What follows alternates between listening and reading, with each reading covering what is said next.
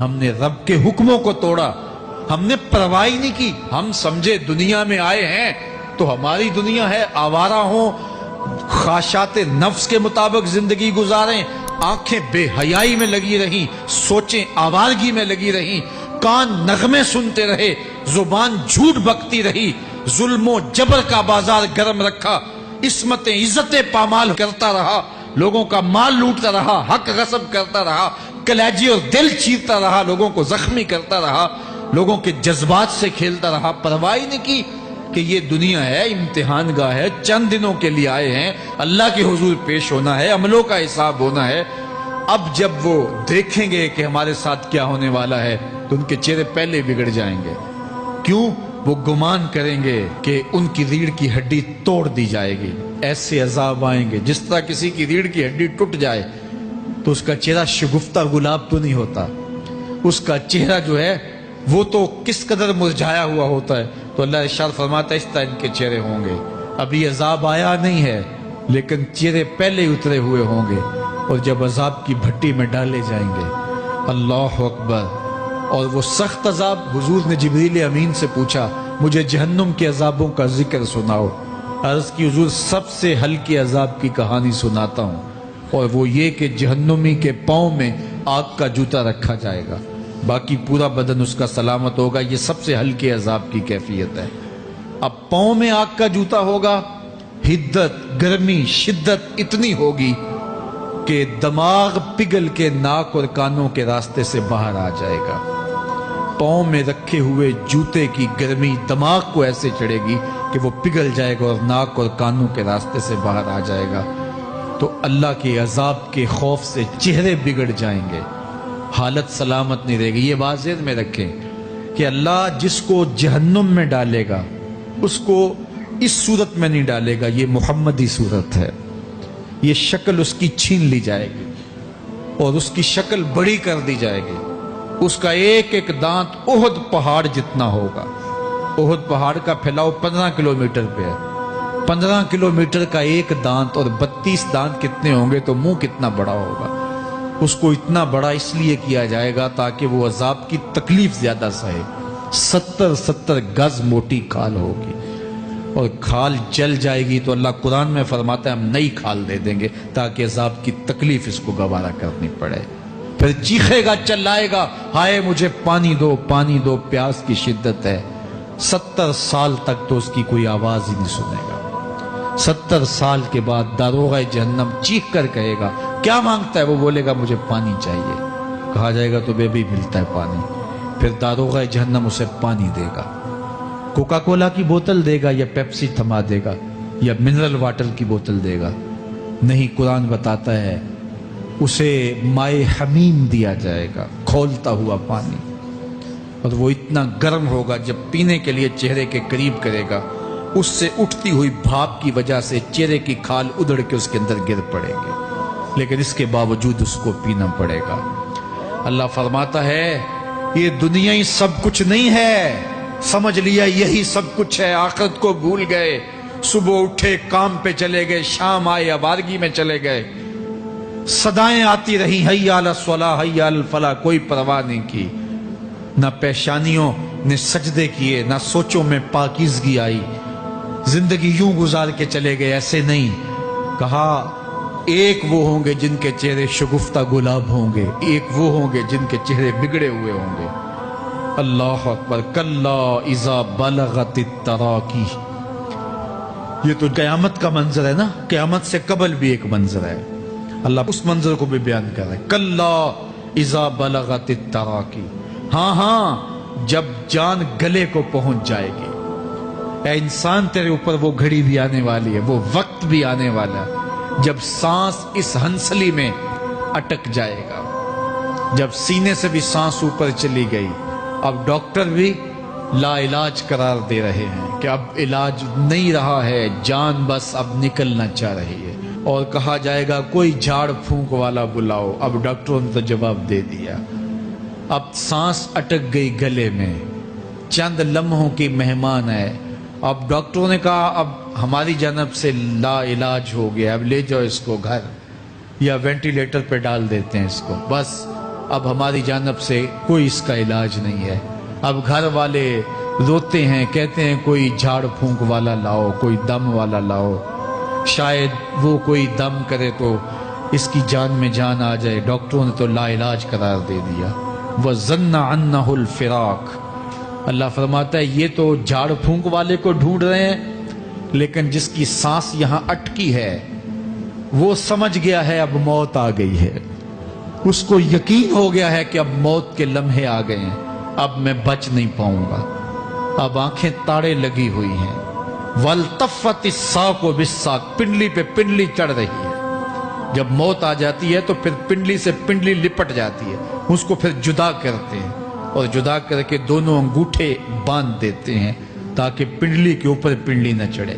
اللہ وہ منظر بیان کرتا ہے, صاحب یہ وقت آنے والا ہے جب دونوں انگوٹھے باندھ دیے جائیں گے, جب ناک میں روئی ٹھونس دی جائے گی, جب چٹے لباس میں کفن دیا جائے گا, جب غسال کے سامنے بے بس پڑے ہوں گے, وہ چاہے یہ بازو اٹھائے چاہے یہ بازو اٹھائے, گرم پانی ڈالے یا سرد پانی ڈالے, جب بس پڑے ہوئے ہوں گے جو ہے وہ غسل دینے والوں کے, اور ناک میں روئی ہوگی اور دونوں انگوٹھے آپس میں بندھے ہوں گے. یہ محل, یہ ماڑی, یہ کوٹھیاں, یہ بنگلے جس کو سویر شام لگ کے حلال حرام کی تمیز کیے بغیر بنایا تھا, غوث اعظم رضی اللہ تعالیٰ عنہ بولے مکان بنا رہا ہے, بسیں گے اور حساب تو جا کے دے گا, اور یہ تو ایک رات بھی تجھے اس گھر کے اندر نہیں رکھیں گے کہ چلو ایک رات مہمان رکھ لیں. کہتے ہیں نہیں نہیں, مہمانوں نے بھی جانا ہے تو جلدی کرو, اس کو سپرد کراؤ. وہ تو تیرا لباس بھی پھاڑ کے اتاریں گے, خود غسل دینے کے لیے تیار بھی نہیں ہے. تجھ سے خوف آنے لگا ہے, جاندی واری ڈرونا بنے ہوتے, ہاتھ نہ لاندے ڈر دے, جنہ لئی تو پاپ کمائے اج کتھے نہیں تیرے کر دے. آج تو وہ تیرے ساتھ تجھے غسل دینے کے لیے آمادہ نہیں ہے. وَالْتَفَّتِ السَّاقُ بِالسَّاقِ. جب پنڈلی پہ پنڈلی چڑھنے لگ جائے گی, إِلَىٰ رَبِّكَ يَوْمَئِذٍ الْمَسَاقُ. اس دن تیرے رب کی طرف ہی لوٹ کے جانا ہے. فَلَا صَدَّقَ وَلَا صَلَّىٰ. اس نے نہ تو سچ مانا اور نہ نماز پڑھی. وَلَٰكِنْ كَذَّبَ وَتَوَلَّىٰ. ہاں جھٹلایا اور منہ پھیر کے چل پڑا. ثُمَّ ذَهَبَ إِلَىٰ أَهْلِهِ يَتَمَطَّىٰ. پھر اپنے گھر کو اکڑتا ہوا چلا. اولا لک فاولا ثم اولا لک فاولا. تیری خرابی آ پہنچی, ہاں تیری خرابی. عربی میں ایسے اونٹ کو کہتے ہیں جس کی مہار کسی کے ہاتھ میں نہ ہو. شترے بے مہار, جہاں مرضی جس گھاٹ سے چاہے پانی پیے, جہاں سے مرضی چارہ لے, تو شترے بے مہار کو کہتے ہیں سدا. تو یہ انسان بھی گمان کرتا ہے کہ میں بھی سدا ہوں, مجھے کوئی کیوں پوچھے, میرے جذبات پہ کوئی کیوں قدغن لگائے, مجھے کیوں روکے کوئی. بالخصوص جوانی کے ایام کے اندر جوان کو بڑا ہوتا ہے کہ کوئی مجھے کیوں, وہ تو ماں باپ کے کہنے میں بھی نہیں آنا چاہتا. وہ کہتا ہے کیوں مجھے روکتے ہیں, میری جوانی ہے, میرے جذبات ہیں, مجھے آزادی سے جینے دو, کیوں میرے راستے میں رکاوٹ بنتے ہو, میں سدا ہوں. اللہ فرماتا ہے نہیں, ایک اونٹ تو سدا ہو سکتا ہے, جس کو میں نے اشرف المخلوقات بنایا ہے اس کو تو سدا نہیں چھوڑوں گا, اس کو تو پابند بناؤں گا حکام کا. اب وہ کہتا ہے کہ نہیں نہیں, یہ کیسے دوبارہ اٹھائے جائیں گے. اب دوبارہ وہی بات پھر آ گئی. الم یک نطفۃ من منی یمنا. اللہ فرماتا ہے ایک بوند تھی نا, پانی کا ایک قطرہ تھا جو رحم مادر میں رکھا گیا. ثم کان علقہ, پھر وہ پانی کا قطرہ لوتھڑا بنا. فخلق فسوی, پھر اللہ نے اسے پیدا فرمایا اور پھر ٹھیک ہموار کیا. فجعل منہ الزوجین الذکر والانثی, پھر اس سے وہ جوڑ بنائے, کوئی مرد بنایا کوئی عورت بنائی.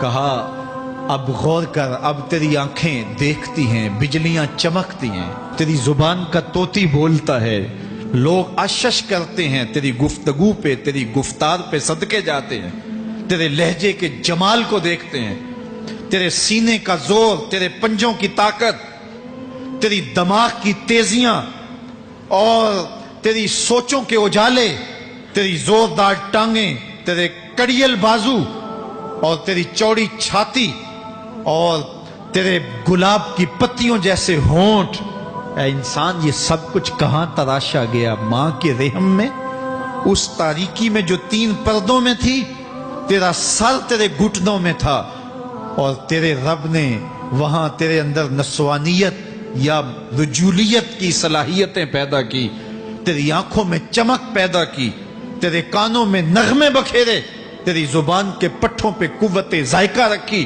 تجھے بولنے کی صلاحیت دی، تیرے پنجوں میں زور رکھا۔ آج تو مفتی شہر ہے، آج تو علامۃ الدہر ہے، آج تو قاضی القضات ہے، آج تو منسٹر ہے، آج تو وزیر اعظم ہے، آج تو پہلوان ہے، آج تو شہزادہ ہے، آج تو بادشاہ ہے، آج تو زوراور ہے، آج تیری طاقت کے کیا کہنے، آج شیروں کو تو نچا لیتا ہے، ہاتھیوں کو تو بٹھا لیتا ہے، آج تو بڑا زوراور گھڑ سوار ہے، آج تیری طاقت کے کیا کہنے، تو کشتی کرتا ہے، زمانہ دیکھنے آتا ہے، آج تیری طاقت کے شوہرے ہیں، تیری عظمت کے تنتنے ہیں، لیکن انسان تو ایک ناپاک قطرہ تھا اور رحم مادر میں تھا۔ تیرے اندر یہ رنگ کس نے بھرے؟ تیرے کانوں میں نغمے کس نے رکھے؟ تجھے دماغ کی قوتیں کس نے دی؟ زبان کو بولنا کس نے سکھایا؟ آنکھوں میں توانائیاں کس نے رکھی؟ تیری زبان کا طوطی بولتا ہے، یہ سلیقے کس نے دیے؟ پھر اللہ فرمایا، کتنا زوردار بیان ہے، الیس ذالک بقادر علی ان یحیی الموتى، جو ماں کے پیٹ میں ایک نطفے کو ایک خوبصورت انسان بنا سکتا ہے، ہڈیوں کو جوڑ کے دوبارہ انسان نہیں بنا سکتا؟ کیا وہ دوبارہ تجھے کھڑا نہیں کر سکتا اپنے سامنے پیش ہونے کے لیے، جس کے حکموں کو تو نے توڑا ہے، جس کے فرامین کا تو نے مذاق اڑایا ہے؟ کیا وہ اتنا ہی بے بس ہے کہ اپنے حضور تجھے جو ہے وہ کھڑا ہی نہیں کر سکتا ہے؟ جس رب نے تجھے ماں کے شکم میں شکل دی، حضرت شیخ فرید الدین عطار بولتے ہیں، سانے کستی سلاتی می شود، ایسا کاریگر ہے مٹی سے بادشاہ بنا ڈالتا ہے۔ اس نے مٹی سے دارا و سکندر بنائے، اس نے مٹی سے جو ہے وہ رستم و سہراب بنائے، اس نے مٹی سے کیا کیا بنا دیا، جو مٹی سے بادشاہ بنا سکتا ہے، جو نطفہ رحم مادر سے جو ہے وہ شکل اور صورت اور رنگ اور جمال بنا دیتا ہے۔ تیری صورت نکھرتی ہے، تیرے ہونٹ گلابی ہیں اور تیری نرگسی آنکھیں ہیں، تیرے ریشمی بال ہیں اور تیری خوبصورت رنگت ہے، تو چال چلتا ہے تو لگتا ہے قیامت چل رہی ہے، تیرا قد رانا جو ہے وہ صنوبر کو شرماتا ہے، تیری گفتار کے تنتنے ہیں۔ جس نے اتنی خوبصورت شکل ماں کے رحم میں بنائی، کیا وہ ہڈیوں کو جوڑ کے دوبارہ انسان نہیں بنا سکتا؟